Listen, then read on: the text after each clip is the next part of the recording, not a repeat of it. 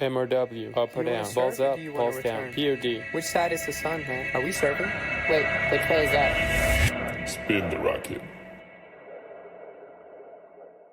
Welcome back to Spin the Racket, the recreational tennis pod, covering everything from the Pro Tour to the everyday league player. I'm your boy G. And I'm Lou. Today we have former Spartan and former Wahoo, now turned pro tennis player, James Hopper, joining us on the pod. We're diving into the grind of a college athlete and digging into what life is like as he now pursues a pro tennis career. Hop, welcome to the pod. Thank you. Thank you guys for having me. Looking forward to being here. Yeah. It was funny. I was thinking about how we met. Yeah, so we met through our good friend Nick Howe, which is pretty cool. I think Nick, also shout out to Nick. He's a friend of the pod. We had him on episode 5, doing a little US Open talk earlier this year. And I remember we watched you play maybe like 4 years ago at this tournament in Georgia. Like it was like maybe Georgia Gwinnett or something like that. Yeah, PTT at Georgia Gwinnett. Yeah. That's when we first met. It's kind of crazy that things been that long, but obviously I've loved watching your game. It was cool to see you early this year when you were at Virginia. I saw you play against Georgia. Now you're making moves on the tour here, but we're excited to chat with you a little bit more about, your upbringing. Kind of curious how you first got into tennis. Yeah, so I was born in England for the first 8 years of my life. We moved to the US when I was 8. And as a kid, my parents just put me in a ton of different sports. I played mostly soccer in the UK, but then, soccer, tennis, played like a little bit of like rec basketball, and then, swimming, cross country. I was kind of all over the place through, elementary, middle school. And then I was pretty much just doing soccer and tennis by the time I was getting into towards high school. And I really wanted to play collegiate sport, and I knew I had to choose one or the other. I was doing 3 nights a week soccer, 3 nights a week tennis. Wow. One weekend was like soccer games, then like the next would be like a tournament, and it was just very hectic. And I knew if I wanted to, push myself to the highest level in one, I would have to kind of, choose. And then the day it came down to, I'd found some great tennis coaches in my area, in the Princeton area, and got very lucky. He was one of my coaches was top 5 doubles, top 50 singles, Glenn Michabata. Nice. Going to high school, he helped my game like in those 4 years incredibly. I think I was also a bit of a late bloomer physically. My freshman year I was 4'11", and didn't make the varsity team on my high school tennis team, and then grew 7 inches. That's my sophomore year. Kind of filled into my body throughout the rest of high school, and got to a point where I was being contacted by schools to go not Division 1 but Division 3, and found a great coach in Todd at Case Western. I truly believe he ran a Division 1 program at the Division 3 level and really got the best out of all of us. And I had great success in that program. Really again continued to find the love in the sport. It started with Glenn, really, where I fell in love with the sport, and then it continued my 4 years at Case, and I just felt like gradually every year I was working on things, getting better and better. And then COVID was a big thing because I got 2 COVID years. Okay. At Case, which then opened the door to transfer, test my game to another level, and then that kind of led me to where I was at Virginia, and then now here. That's awesome. What drew you to Case at first?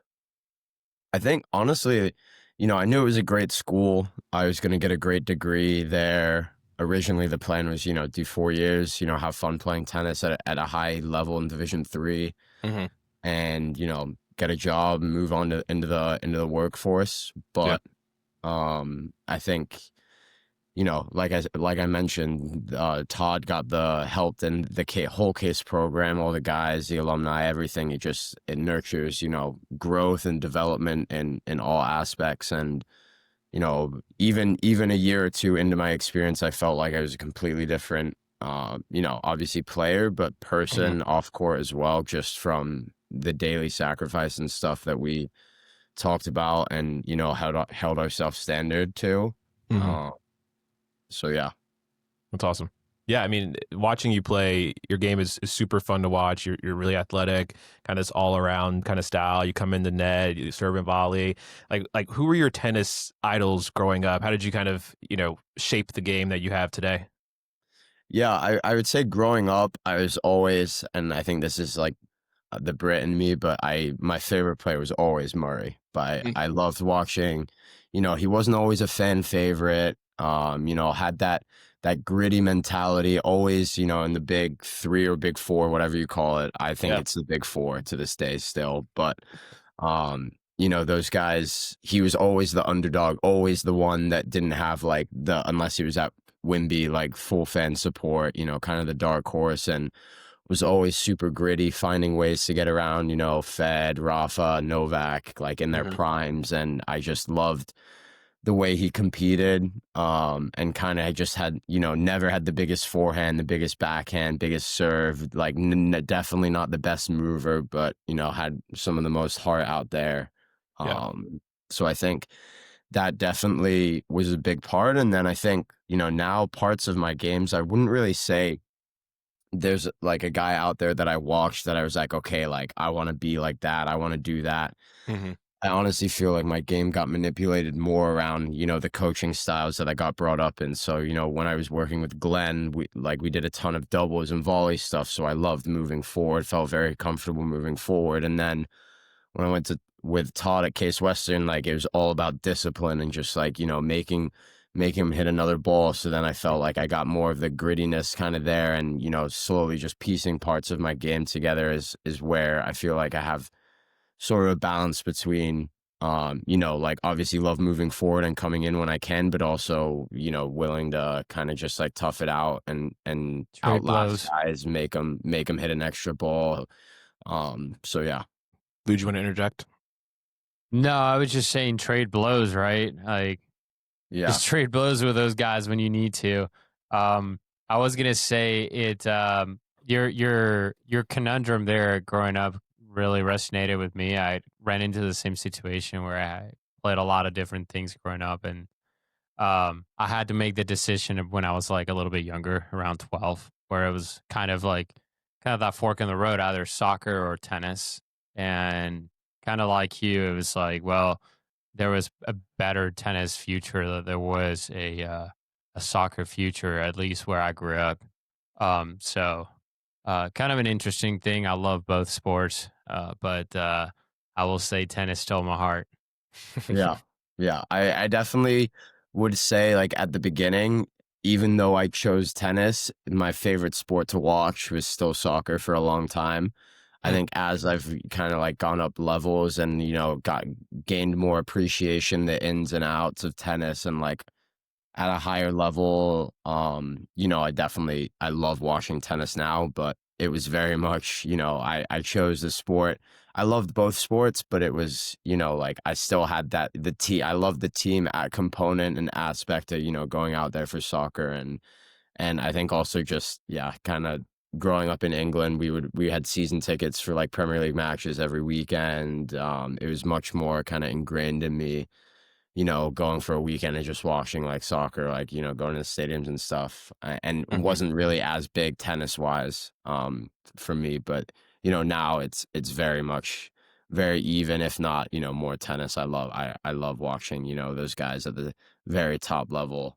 You mentioned that it sounds like, from what I obviously just getting to know you, but it sounds like you have found like progress every single year that you've played tennis for the past, since you decided to go into the sport, right? It sounds like you haven't hit a point where you haven't grown. Like what's kept you going every single year? What, like, how do you keep that fire going within you to where now you're in this position to play professional tournaments? Yeah, I think a big part for me is just I love, I love competing in every aspect. I'm feel like such a strong competitor, and at every level that I've played, I felt like I've always, had people to prove wrong, and that for me, you know, being the guy that everyone's like, oh, like, who's he? Like, where's he come from? Who's this guy? Has always just kind of helped motivate me, especially like in high school, you know, my freshman year, like I mentioned, you know, to be fair, I was at a stacked high school team, but we, you know, didn't make varsity my freshman year, then like worked into it my sophomore, junior, senior year. By then, my senior year, I was playing one singles. Then, you know, obviously didn't get any Division 1 offers. Went to Division 3, and then was playing these like D1 guys in fall invites. You know, everyone's like, "Oh, who is this guy? Like, what's going on?" You know, end up finish like case like, you know, finished one in the country, one national championship team, like, you know,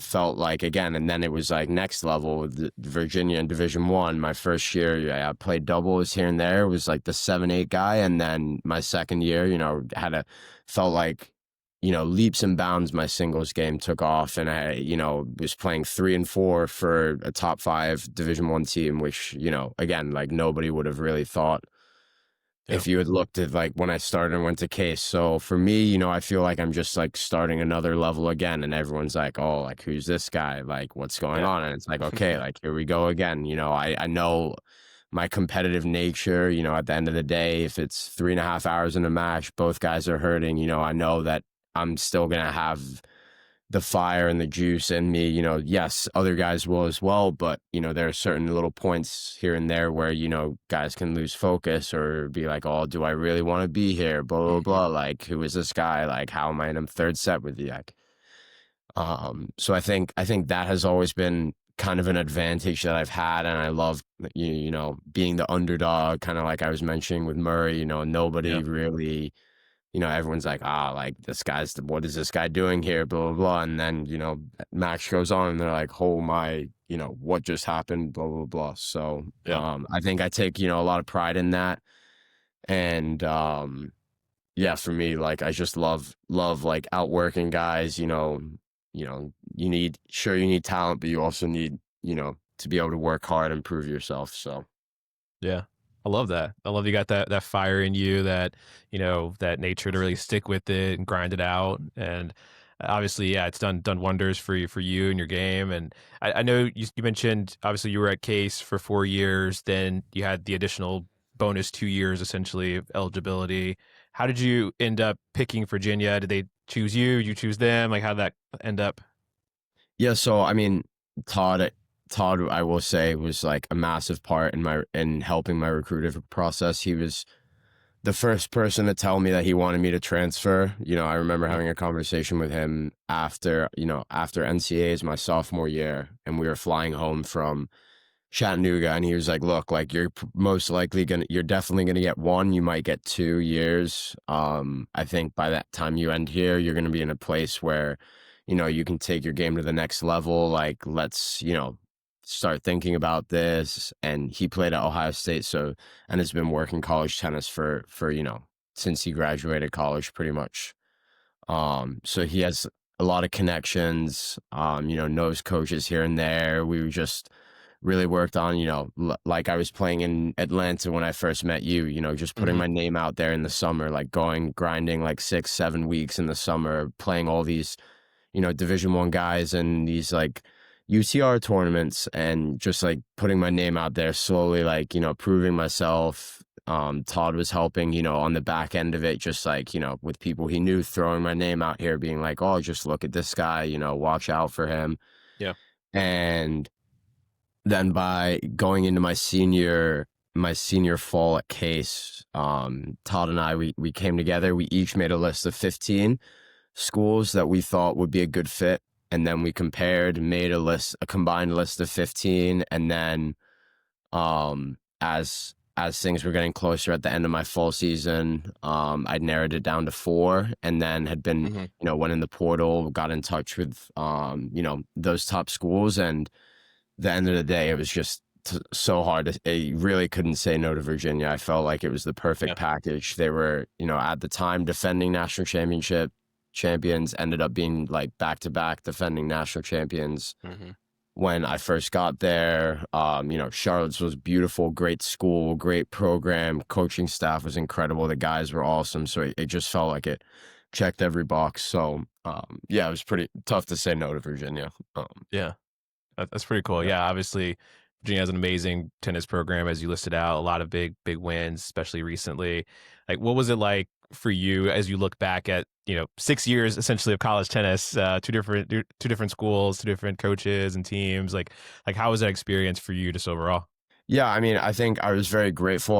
I feel like I got the best of both worlds. I went somewhere for 4 years where, I played one singles, one doubles, was getting all the match reps as I needed, got the confidence, got the experience. And then, 4 years playing every match, I go to Virginia my first year and all of a sudden, I'm not like the guy there. And now it's like, I got to prove myself for this lineup. And I think it just only honed my like competitiveness even more. Obviously a team loaded of absolute studs, like from 1 all the way down to 10, like everybody can play. So, just having to like not be the guy and then come in and prove myself and just like have to work really, really work for it, I think was such a valuable experience for me because it took my competitiveness and, just even my level, like my development naturally going from not being, the best guy at practice for like 2-3 years, maybe I would say, and now being like, okay, yeah, like the 7-8 guy, you have 6 guys ahead of you that strike the ball better than you, have more experience at a higher level than you, and I think adapting to that was massive for my game, and helping me in these last 2 years get to where I'm at a spot now. Awesome. And obviously, like, we met, like I said, a few years back. You were in school, starting to play some of these tournaments. Like, help us understand, like, what's that switch that gets flipped to where you start playing more of these ITF and pro tournaments? Like take us through kind of that path of where you're going now to playing on the ATP. Yeah, so I mean, I think while I was in school, because of kind of the position where I was, where I was, trying to just put my name out there, get recognition and like kind of the transfer process my last couple of years. I think for me, the priority was just getting matches and a ton of matches in under my belt. And I think I wasn't necessarily at a level where if I did a summer of just like, the US swing of futures where, these college draws are pretty loaded and tough, that, you could go maybe like win a couple matches and then like have, a tough second, third, fourth match, or maybe you do go on a run, but instead, I think that summer I played 6 or 7 PCTs where I was guaranteed 4 to 5 matches every single week. And I think like that summer I came out and I'd played 36, 37 matches, Wow. which was just, perfect for what I needed: match reps, exposure, blah, blah, blah. But, obviously now I have that. I was at a point where, now it's about taking the next step onto the tour. And I think, yeah, I'm just trying to stay in the moment. With these futures, I think I know my personal potential and I know where I can take my game, and I've shown it at 2 or 3 levels below this, that every level I've started at, probably the bottom, and I felt comfortable, developing, adapting, changing my game where I need to, working on things to take me to higher levels. And I feel very confident that, it'll be similar, at the futures level, then you get into a challenger, same thing, challenger level. And then, one day, the ATP level, same thing. So I'm confident in my abilities, my work ethic to, do everything I need to off and on the court, and just let things, play out, be in the moment, not to put too much pressure on it. That's cool. Yeah, and I know you're a pretty humble guy, but you've already had some good success too on the Challenger Tour. I know I've seen you in a few doubles titles recently. Is that right? Yeah, this was a good summer of starting. I won 3 ITF futures doubles. So It's awesome. obviously just again like trying to stay in the moment, but it is nice to get some wins under the belt, especially first summer starting out. It's good for confidence and stuff, but obviously I have bigger goals than winning like futures tournaments. So I'm just kind of using it to, kind of keep my head down, keep going. You have to stop and look around a little while you're going and enjoy it. But Mm-hmm. yeah, I obviously kind of have some bigger goals for myself and hope to be playing higher levels. Yeah, well, take us through kind of what life is like for you now. So obviously, you have committed to pursuing this path as a pro tennis player. Like, where's your home base? What's a day in the life like for you these days? Yeah, so it's very flexible. But as of now, I'm pretty much basing myself out of UVA. I Okay. can, use all the coaches there, hit with the guys there, Oh, nice. use the facilities, which is an incredible setup. And I think it's the closest, staying East Coast, kind of where I grew up always. It's nice to be still somewhat close to home with my parents. And then, it's as close to Europe as you're going to get in the US. Yeah. So I think it kind of had a best of both worlds. It's, obviously the US futures are scattered everywhere in the US. So it's, going to be plane ride most places, but I think, UVA has everything I need to, at least for the next couple of years, with the coaches and the guys there, as a great base for me to, continue just working and staying healthy, staying sharp. Yeah. And you talked about being super driven, super focused on your goals. What does it look like from a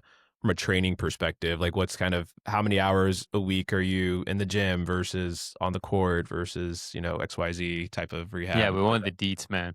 Yeah. So sorry, I didn't fully go into the deets there, but, yeah, so usually right now my day consists of anywhere from when I'm healthy, of course. When the body's fully healthy, 2 hours on court usually. I'd say probably 2 or 3 times a week I'll get an extra 45 minutes to an hour on court, and then doing like an hour or so in the gym, whether it's, conditioning, lifting, stuff like that. And then I'll do 45 minutes to an hour like mobility stuff on top of that. So, around all that stuff, with mobility or treatment for 45 to an hour, and then probably like 3.5 hours usually on average, I'd say, between lifting and on court. So Mhm. that's pretty much the balance I have. I don't feel like I'm not there's some guys need like 5-6 hours on court a day to like really feel the ball. I don't Mhm. really feel I feel after, 2.5-3 hours, I start, I'll feel more negative repercussions from my body, Mm. as opposed Yeah. to the benefit of being out there. I think you can have an extremely productive practice if you're, dialed in, super intense, focused Mhm. for 2 hours, as opposed to being out there for 4 or 5 hours. And then by hour 3.5, 4.5, Yeah. you're, you're maybe not being as productive as you can. And I think sometimes, at least for me, everybody's different, but for me, I Yeah. feel like it hurts me more than it benefits me. That makes sense. There's probably a fine line between like, practicing enough to where you feel confident and ready for a tournament versus overdoing it and wearing out your body too much. Yeah. Diminishing returns, I feel like you find that strike that balance between like efficiency and productivity versus like just getting out there because you think you need to get out there and you think you need the reps, but it's like, every rep fully focused, it means a little bit more than just going out there and spending the time, right? It depends on how you quantify your work. Yeah. Yeah. No, So exactly. Exactly. that's sweet, dude. I mean, shoot, this sounds like this week I kind of did the same thing, but my body's definitely feeling it. Obviously, not a not a pro, but Jesus Christ, I played tennis 5 days this week, 4 or 5 days. Yeah, you're grinding. Um, say what? You're grinding out there.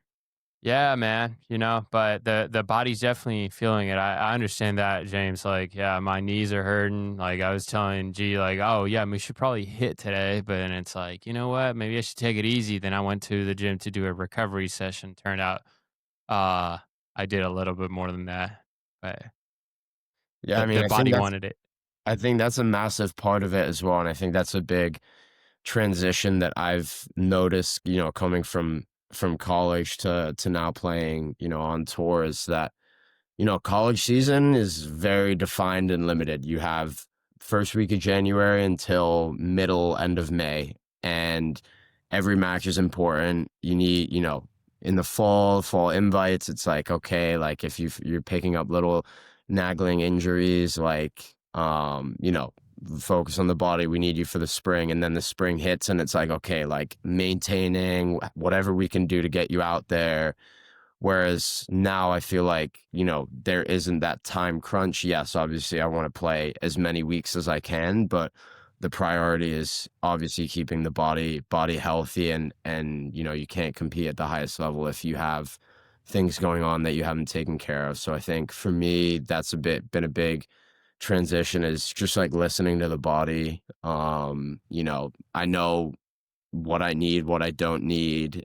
I know that if I do, if one day I'm not feeling it on court and I just need to do like an hour, then I can do an hour and then get off court and do a little extra in another avenue. So it's like Mhm. just working around, what the body's feeling, trying to take as much load off, ramping up in the right moments leading up to tournaments and stuff, and trying to peak at the perfect time physically. But you got to listen to the body, because if you can't, you're hurting out there every match. It doesn't It's your really. one tool, right? You only got Exactly, one, yeah. and no, I get it. It's like I think it's really wise from some of the younger players that we're seeing in this generation, kind of like yourself, where you're a little bit more conscious about um, how much you need to be out there, and that you don't need to be playing, week in, week out. Even if you're trying to grind for points, like you understand that maximizing the the body that you have, the mind that you have. I was listening to watching a video from, I don't know if you know Carousel, who's also on My Tennis HQ, Carousel HQ, whatever. He's kind of, he went back to the tour at 30, and kind of the same thing where like you go out there and you travel a lot and you do it week in, week out. At some point, it's not only a physical thing, it also becomes a mental thing, right? Yeah, definitely, definitely. Yeah. How I'm curious if you're using technology in any way to kind of help with some of that. I know there's the Whoop and the Aura rings, and some I see players wear like heart monitors and things like that. Like how do you use kind of tech to help with either recovery or fitness? I haven't really. I've thought about, getting into Whoop. I think if I were to, I would do that. I think that's something I'm definitely going to look into maybe towards the end of the year, just to kind of get Yeah. more feedback and stuff. But I think, kind of like I was saying, I know how my body feels and reacts to certain things, so I feel like I have a pretty good understanding of that and what I need to kind of focus on. But Mhm. I think I could definitely see myself, getting into the Whoop, or I don't think I'd get like an Apple Watch or a heart rate monitor. That's more for encouragement. It's really interesting, like how they market these products to like different people, right? Like your Fitbit and Apple Watch are more to encourage people to move. I personally think that I'm a Whoop user, so I personally think that um, the Whoop's a little bit more for the people that tend to err on the other side of the spectrum and overtrain. Long story short, I was recommended Whoop by a buddy of mine that went to a D1 school for golf, and it was kind of perfect timing, perfect recommendation. Where it was at a point in my life where I took a 10-year hiatus from tennis. I came back to tennis, and then, like, the obsession kicked again, and I was playing like 2 3 hours, like 4 or 5 times a week, on top of everything else that I was doing, and I wasn't really listening to my body. I was just re-obsessed with tennis. Like I had just found the sport again, and it was like, holy crap. I didn't really dial back or do any mobility work or anything like that, and so I was like handed the Whoop, and the Whoop started telling me that like I was just doing too much, Yeah, and I was trying to go 100% in the gym on a day where I might have been recovered 40%, and so it told me to do less and to kind of listen to my body. So I'm a huge fan of it. This is obviously unsponsored recommendation here, but been on it for 5+ years, I think. I'd say Awesome, yeah. I'm definitely healthier because of it. No, I think that's the biggest part, the recovery score for the Whoop. I think, sure you can feel certain ways, but you don't fully know. Um, and I think it does a great job of, tracking so many metrics, especially the sleep. I think that's big, knowing, your time sleeping, when, you should be going to bed based on recovery scores, when stuff like that. So I think, a lot of data that you can be used well. So I've definitely been looking into it. I think I will probably pull the trigger on it soon. But yeah. Awesome. Well, let us know. We'll add you to our little Whoop tennis group we have going on. Yeah, friendly Yeah, I will. competition. Yeah, you probably kick our butts, but no, it's cool. I mean, there's obviously a community aspect to it. I would say I don't take full advantage of it, but it'll be interesting to see. I mean, obviously, it'd be cool to track or at least get some insight into your stats, and what you're going through as a pro tennis player. I've always been like curious to understand like especially the recovery process, because you mentioned that, and I think it goes pretty unnoticed that you're spending I've heard this before, that for every like hour that you spend training, you need about half an hour of recovery time like allocated for that. I'm now in that boat where if I go play tennis for 2 hours, I will at least have 30 minutes to do some, stretching, mobility work, which is tedious because I work a 9 to 5 job. So it's difficult to do. How do you balance that? Like what kind of recovery activities do you do, post tennis and gym? Yeah, so I think, obviously I have, a good stretching routine that I do pretty much every day post workout It's the tennis. same one. Yeah, I have like a routine that I'll go through. So I have that. It's like 15, 20 minutes, and then I have a pair of like the portable Normatec Dude, sleeves. That's So cool. those help the legs, the Yeah. the calves, the arms. I can pretty much strap them on anywhere, and I get a good amount of relief from that. And then if I can find, on the road, if I can find an ice tub, like cold plunge, whatever I can do, I think that helps my body a lot.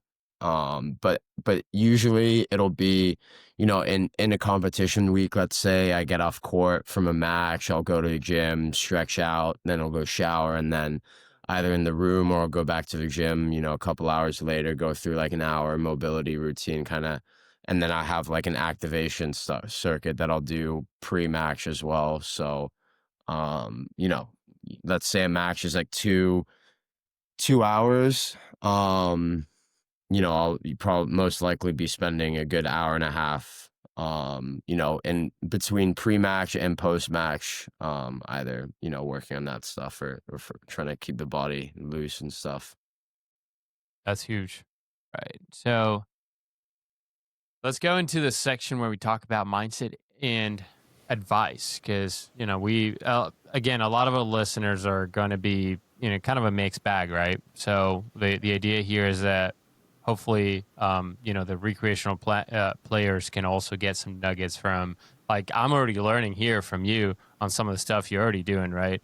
um, like, I do have my 15-minute mobility routine that I do every single day, but I always think like maybe I should switch it up and like work on some other muscles or whatnot. But you just gave me confirmation I should just keep doing what I'm doing, because I'm pain free. But yeah, so I want to understand a little bit more about like what's that adjustment look like mentally from like playing uh, against professional tennis players versus like college players. How does that affect, or is there any change at all? I think, where I kind of am currently, the Futures Tour is pretty much just very similar to college, at least level wise. Obviously you're out there alone, you don't have a whole team behind you, but level wise, it's pretty similar. My first summer, I haven't really experienced anything, out of the water, out of the ordinary with these guys. I think you see I think the level of college tennis is only increasing every year, and Mhm. I think it's very similar to even at the challenger levels. You have so many guys now that are just breaking through from college. So I think the level wise is very very similar. Transition. I think the biggest thing is just you're no longer traveling with an entire staff, a group of guys to all these places. You're out there alone like junior tennis.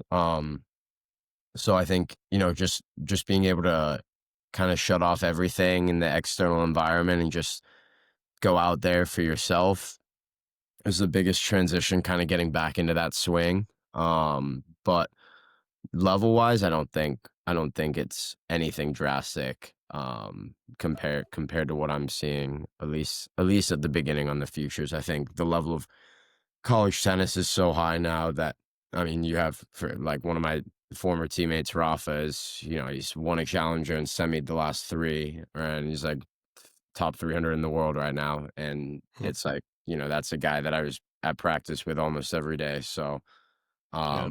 I don't think the level is necessarily the biggest thing, the biggest like wow factor. But, yeah.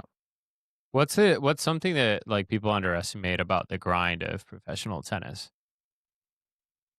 I mean, I think it's, again, just like, it's one of the few sports that you're truly out there completely alone. And I think, um, you know, some of these futures tournaments are in the middle of nowhere, in these little back alleys of the world, back corners of the world.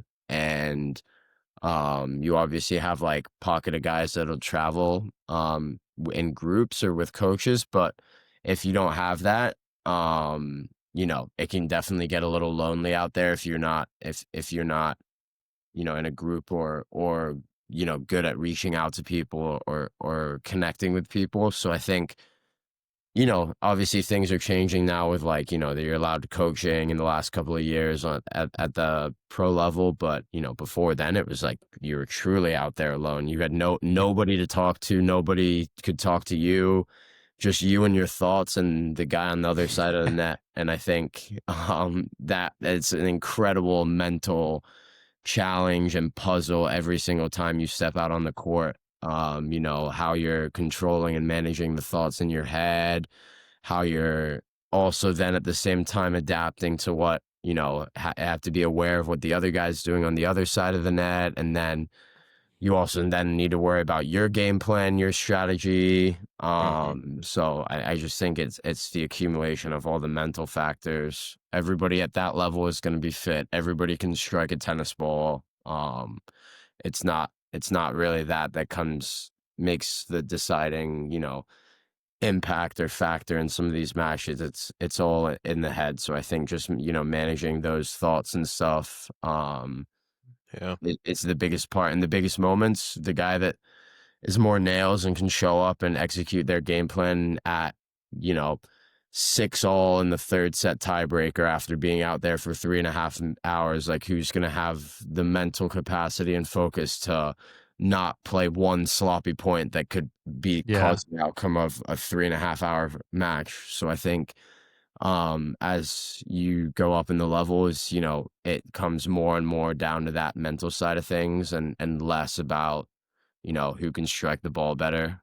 Mhm. You can play lights out for a set and 3/4 and then mentally go away, and the other guy's stuck in it, and he can, easily flip the switch, and the whole match can just turn on its head. So, you gotta be locked and dialed for, from first point to last, and, just stay out there as long as possible.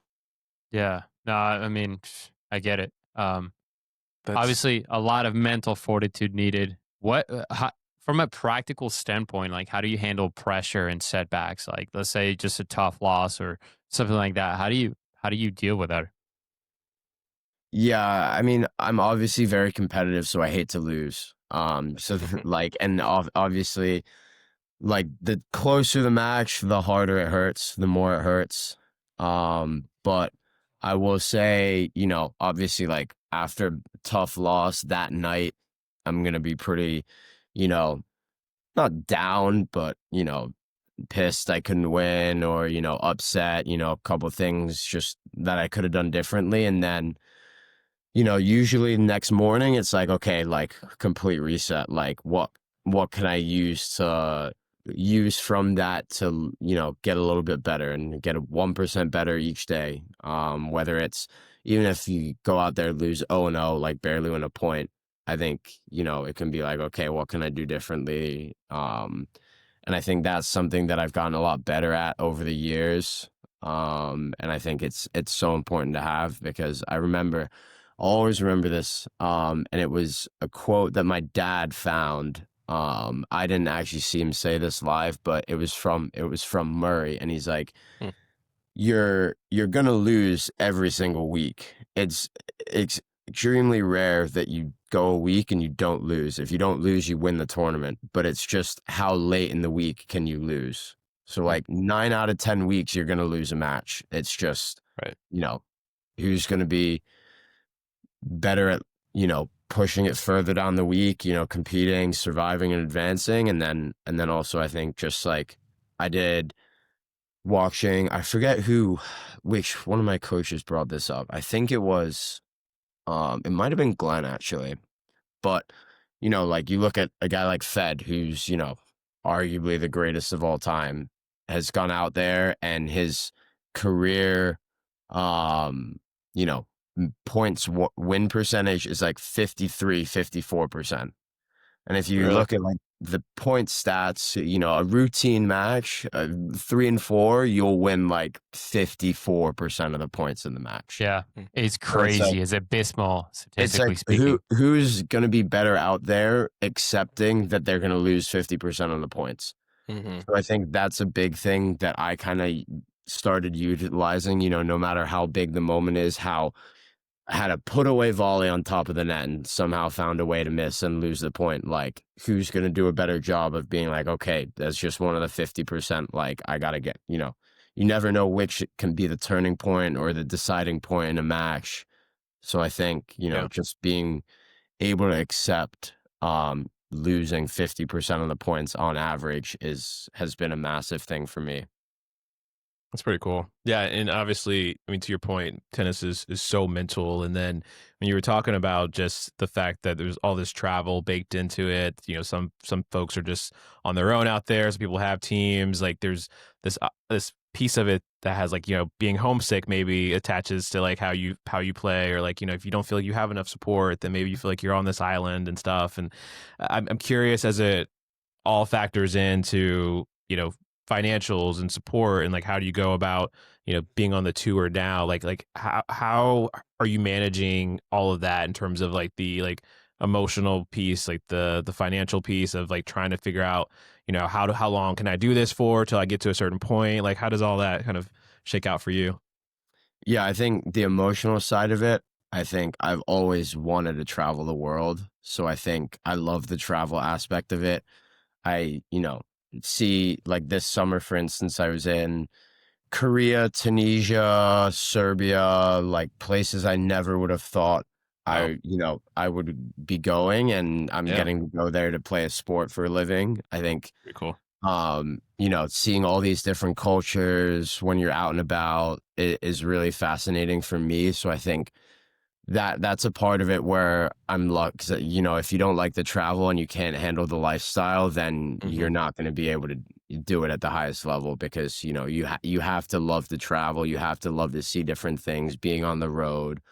So I think I've always wanted to do that. So it's, the perfect avenue and excuse for me to see corners, places in the world that I never could have imagined. So I think on that side of things, I'm very lucky. And then obviously the financial side of things, I'm also very, lucky and grateful that, my parents have been willing to, fund me for the first couple of years. We've gone through it like budget wise with them, about stuff. And, we've given, a couple years, and we have like, not even a deadline, but just like a time where we're like, okay, like we're going to reassess at this Okay. point. We're going to see where you are, obviously if you're at a spot where it's like, okay, like I'm in a very good spot, I can keep going, I'm going to keep going. But, Mm-hmm.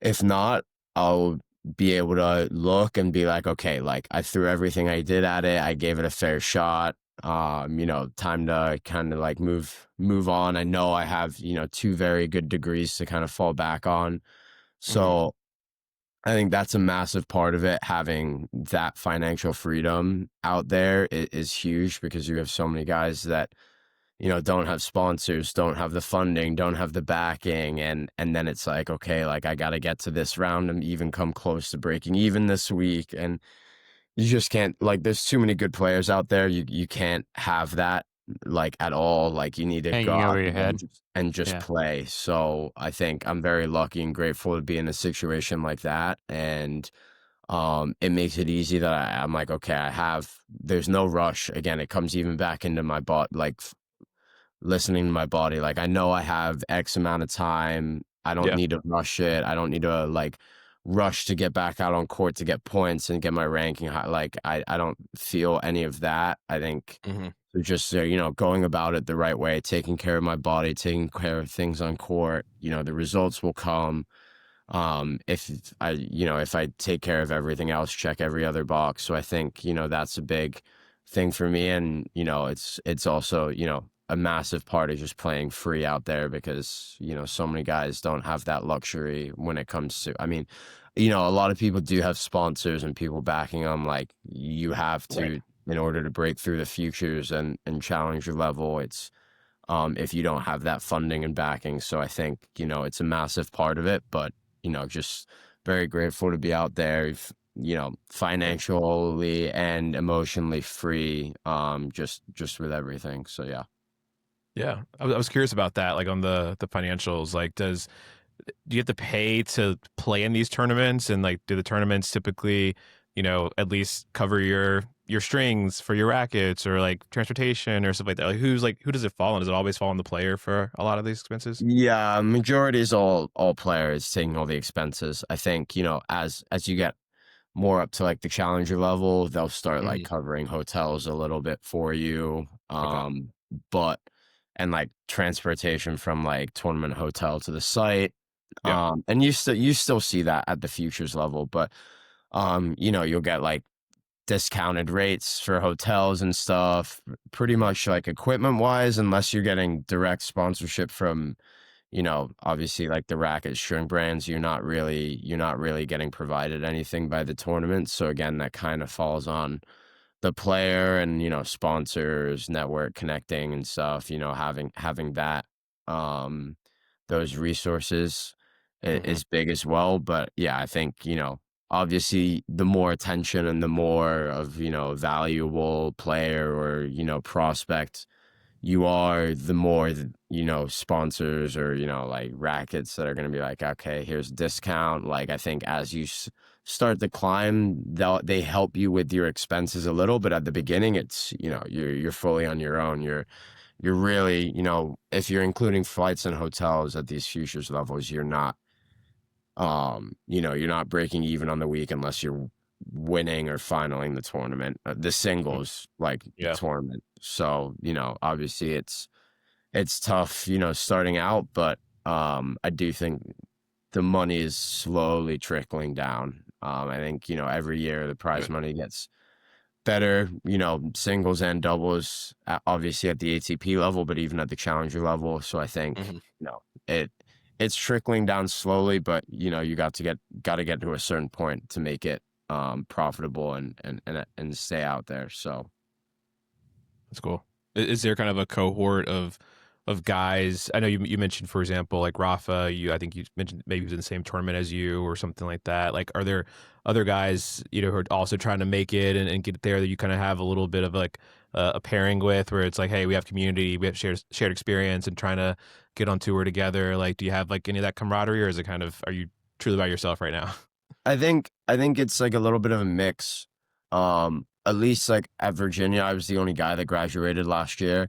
Mm-hmm. So, out as of like in my base, I mean, I don't really even consider myself feeling alone, because there's guys that are like on the team that they're in school playing, but their plans are to play after school as well. So it's that Okay. same mindset there.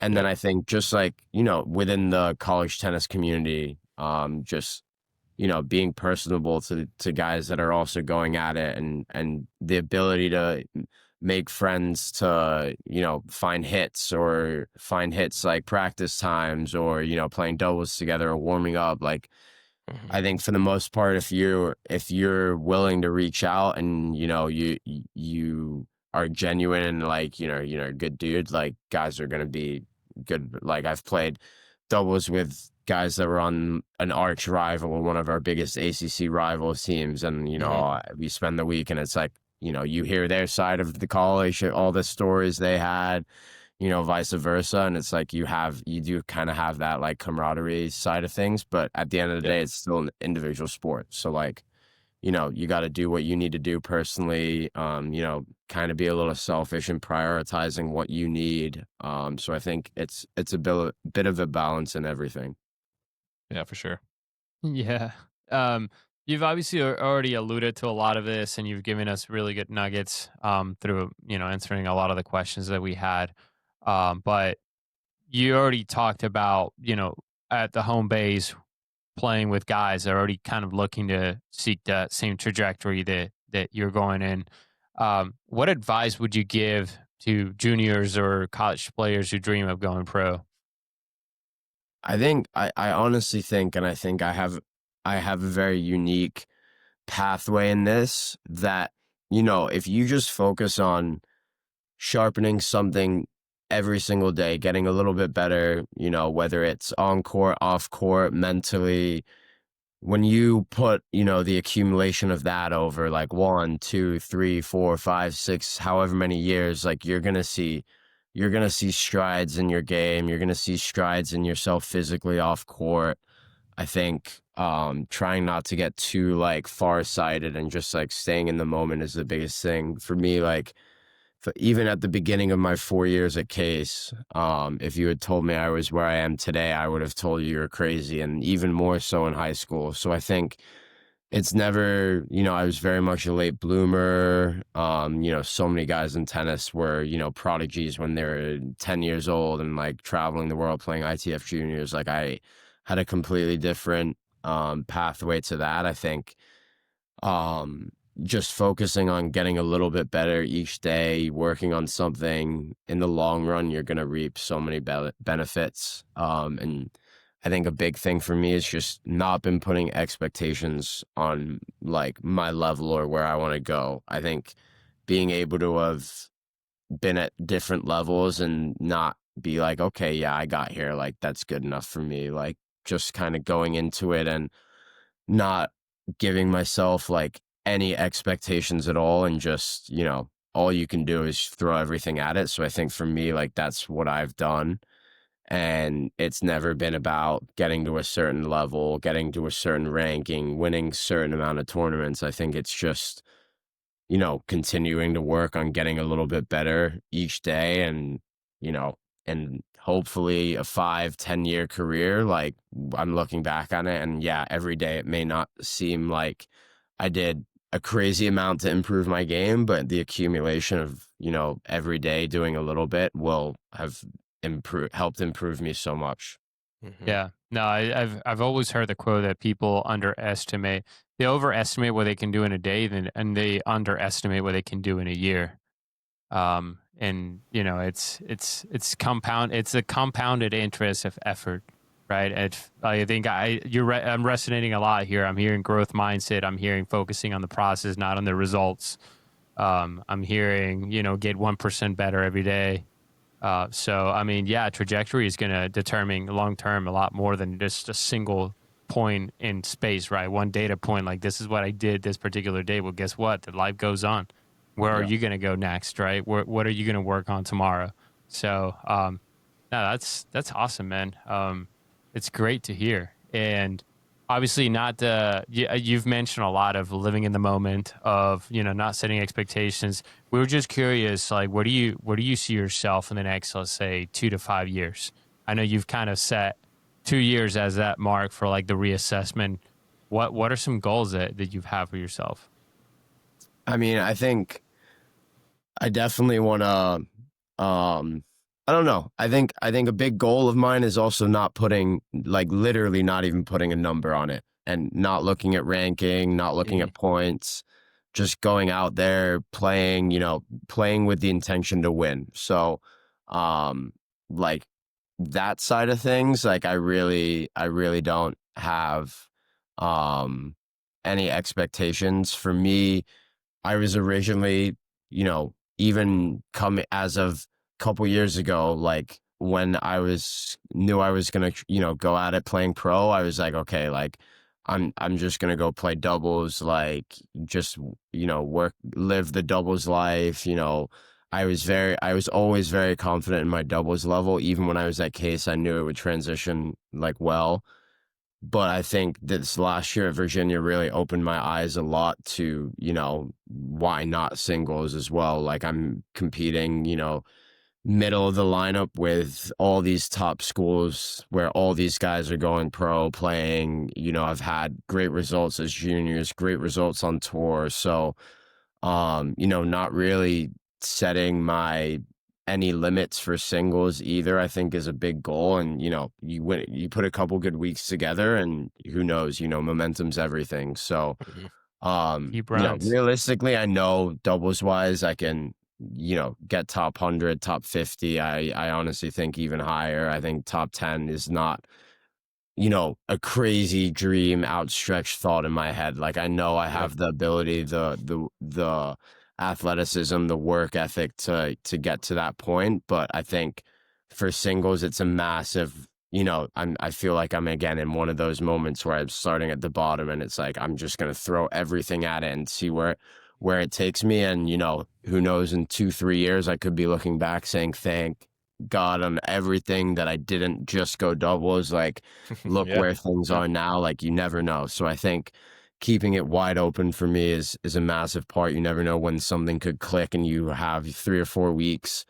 Um, you know, at the futures level, you win three or you let's say you win 2 or 3 tournaments in a 5-6 week stretch. You're almost knocking on like getting into challenges every week then. So then it's Yeah. like you do the same at the challenger. You win 3 out of 5 weeks. That's very tough to do at the challenger level, but same thing. Like you get on a run, you're playing with momentum. Like, Yeah. you win a couple challengers, you're knocking on top 300, 250 range, and then it's like slam qualies, and then it's like you're right there. So, it's not that far of a stretch. It's a lot closer than I used to think it was. Yep. So I Yep. think just like not holding myself mentally back from it and just going out there and playing and just focusing on, kind of like I was mentioning, like just getting better. Like who knows where, my game or where I could be in the next couple years. So I think just kind of going into it, throwing everything at it is a big goal of mine. That's cool. I think you kind of tied it back to how this is, not like college and pretty much year round. So those 5 to 6 weeks you're talking about could be any time, right? It's not like, oh, it has to happen this time specifically or in this particular moment. Like at any given point, you could just go on a deep run for 5, 6 weeks and boom, just pop. So no, that's cool, man. I like tying it to the actual work rather than like the outcome. Again, just same mentality, right? Um, we're gonna move into the section that I mentioned at the beginning that we're calling quick hands for the time being. This is obviously you say you're confident in your doubles game, so we expect you to have the quickest hands here. We're gonna ask you questions, give you 2 to 3 seconds to answer, and then you're gonna explain to us, why that is. Sound good? Sounds good. Let's do it. All right. So we're going to start you with the classic question since we didn't ask it at the beginning is would you rather have no serve or no forehand? No forehand. Why is that? I think you can, the serve and the return are the biggest weapons to have. I think there's the average shot length of a point is like 2.8 or like I think it's anywhere from like 1.5 to like 2.4, like on the men's side of the Wow. game, which is like serve return. Most of the point, like over 50% of the points are done. So I think Yeah. having a serve as a weapon is massive in today's game. I think you can work around not having an explosive forehand. I think, so many guys out there, you can be crafty in points, find ways to win points, but the serve and return are massive, in my opinion. That was my answer too. Yeah, your team Gerard, I see that. No, we've had a pretty even bag of like people are like argumenting towards one or the other. It keeps it fun. Question number 2: best surface for tennis, hard clay or grass? Or can you come up with anything else that you like?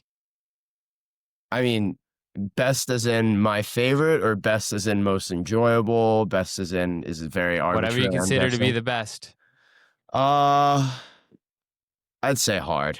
I think I've grown up playing on hard. Most of the case, I think I really want to get on grass a little bit more. I have loved every time I've played on grass. Um, and there's also a special niche to indoor carpet.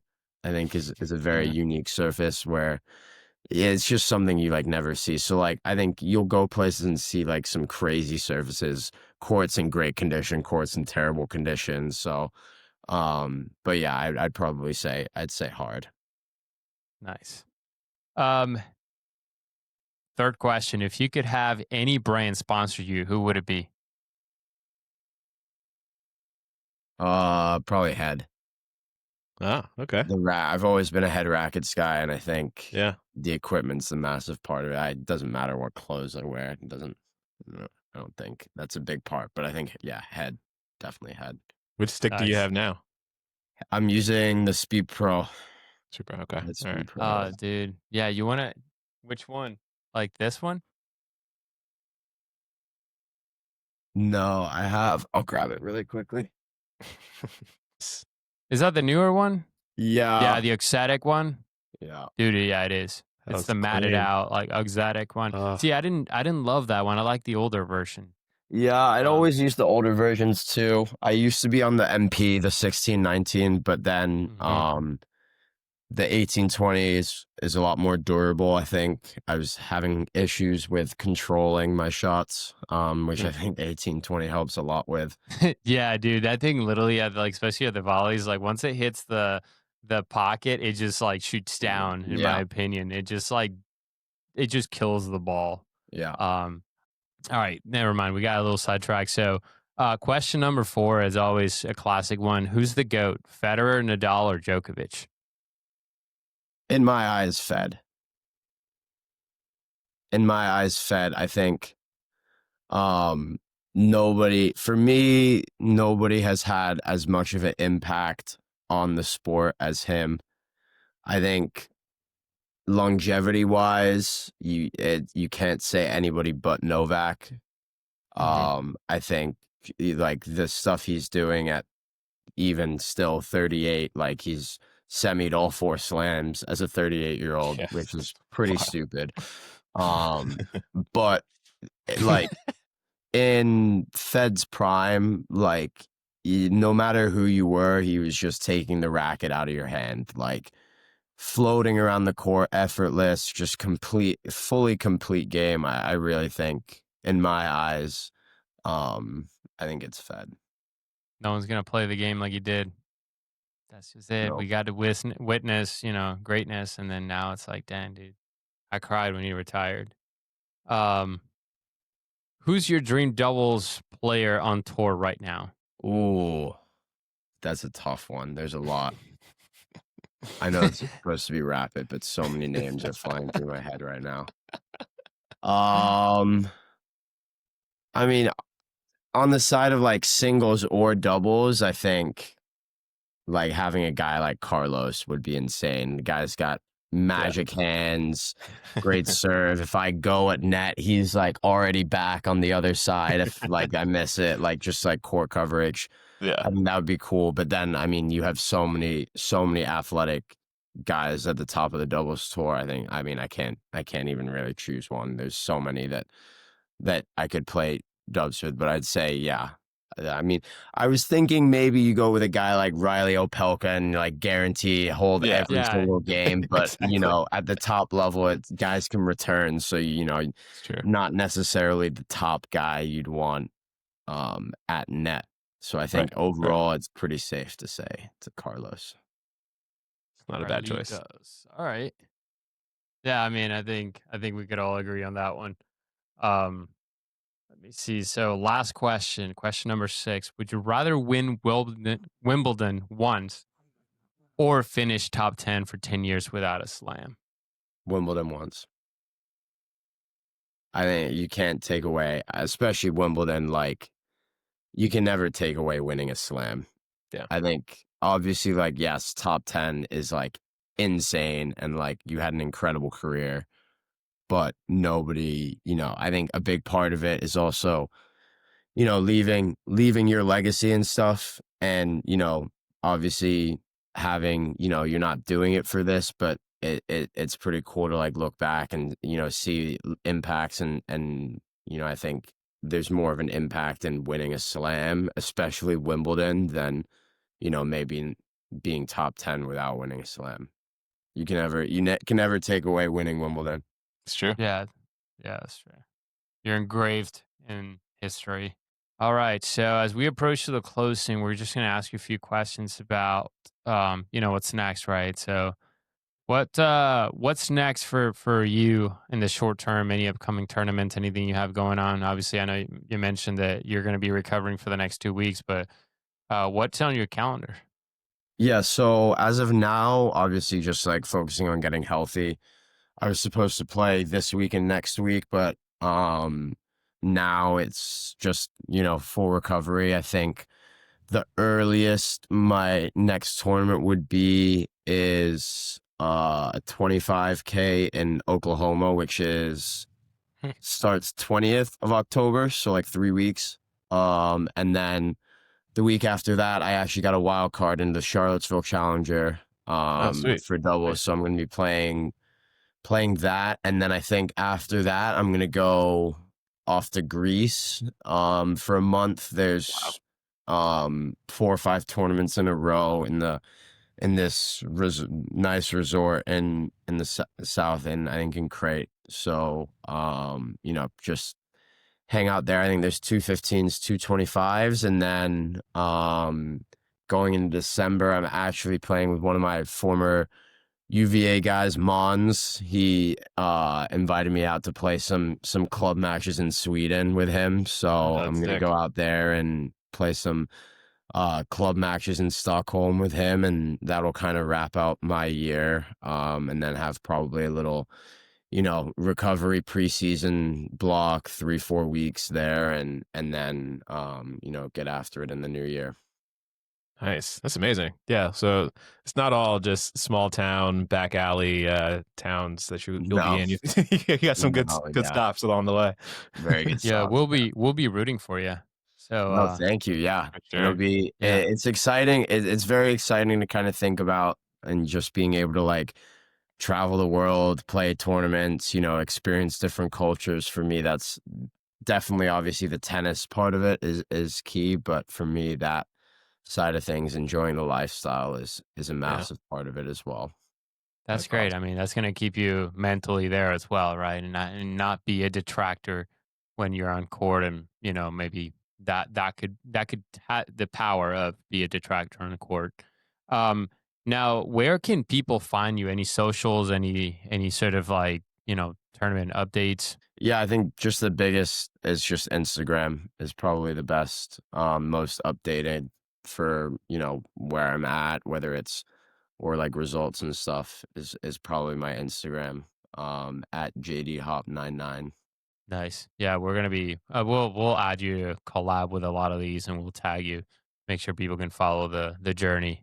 Awesome. So yeah, I mean, with that, I mean, just want to say, James, thank you so much for joining. It's been a pleasure, obviously, understanding the journey, the trajectory, all the work that's gone into getting you here, and that will power you into what's next for you. So I appreciate having you on the episode. And we'll be posting this soon, and soon we'll have another episode as well. We're posting on a bi-weekly basis, so yeah. Awesome. Well, no, thank you guys for having me. It's been a good time, a lot of fun. So yeah, no, appreciate it. I'm Lou. I'm Chi. Thanks for watching.